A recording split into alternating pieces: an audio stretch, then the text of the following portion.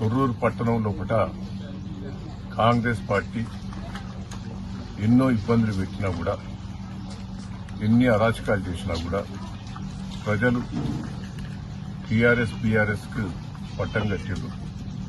ఈ రోజు కూడా ఆ రోజు ఎన్నో తప్పుడు ప్రచారాలు చేశారు, తప్పుడు వీడియోలు పెట్టారు. ప్రజలు కాంగ్రెస్ పార్టీ వాళ్ళు నమ్మలేదు. ఇప్పటికైనా పట్టణ ప్రజలందరినీ కూడా రిక్వెస్ట్ చేస్తున్నా, అందరికి కూడా రిక్వెస్ట్ చేస్తున్నా. ఇప్పటికి కూడా తప్పుడు ప్రచారాలు కొంతమంది చేస్తున్నారు. మా తొమ్మండూరు కౌన్సిలర్స్ లో 2 కౌన్సిలర్స్ పోయిందని అదొక ప్రచారం. నేను ఒకటే చెప్తున్నా, గతంలో ఏ ఎమ్మెల్సీ గాని ఏ రాజ్యసభ గాని ఓటకు ఉపయోగించుకునే అవకాశం ఉండే. ఎప్పుడో సుప్రీంకోర్టు ఆర్డర్ను ఇలా ముందట పెట్టి మా రవిచంద్ర గాని ఎమ్మెల్సీ శ్రీనివాసరెడ్డి గారికి కూడా రాకుండా చేశారు.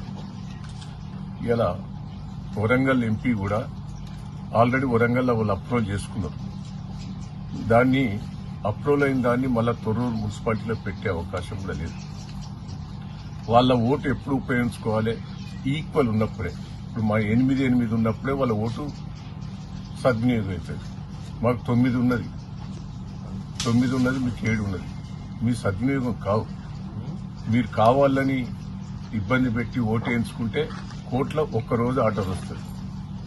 3 తప్పులు చేస్తున్నారు. ఒకటి, ఎంపీ ఆల్రెడీ వరంగల్ అప్రూవల్ అయింది. 2, మా ఎంపీలను రాజ్యసభ సభ్యులను మా ఎమ్మెల్సీలను ఓటకు ఉపయోగించుకోకుండా మీరు చేశారు. అది మాకు కోర్టుకు పోతే మాకు అవకాశం ఆల్రెడీ రవిచంద్రకి అప్లై చేసి పెట్టిండు. ఎమ్మెల్సీ పోచంపల్లి కౌన్సిలర్లకు సంబంధించిన ఆయన ఎమ్మెల్సీ అని ఆయన ఓటు సద్వినియోగం చేసుకోవడానికి అవకాశం ఉండే, దాన్ని రిజెక్ట్ చేశారు.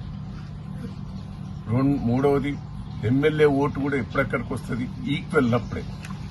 ఎక్స్ప్రెషన్ నెంబర్ కాబట్టి ఈక్వల్ నప్పుడే వస్తుంది. అది కూడా పొరపాటు చేశారు. మీరు 4-5 తప్పులు చేశారు. రేపు మేము హైకోర్టు పోయినా, ఎక్కడ ఏ కోర్టు పోయినా రేపు మాకు సపోర్ట్ గా ఉంటుంది.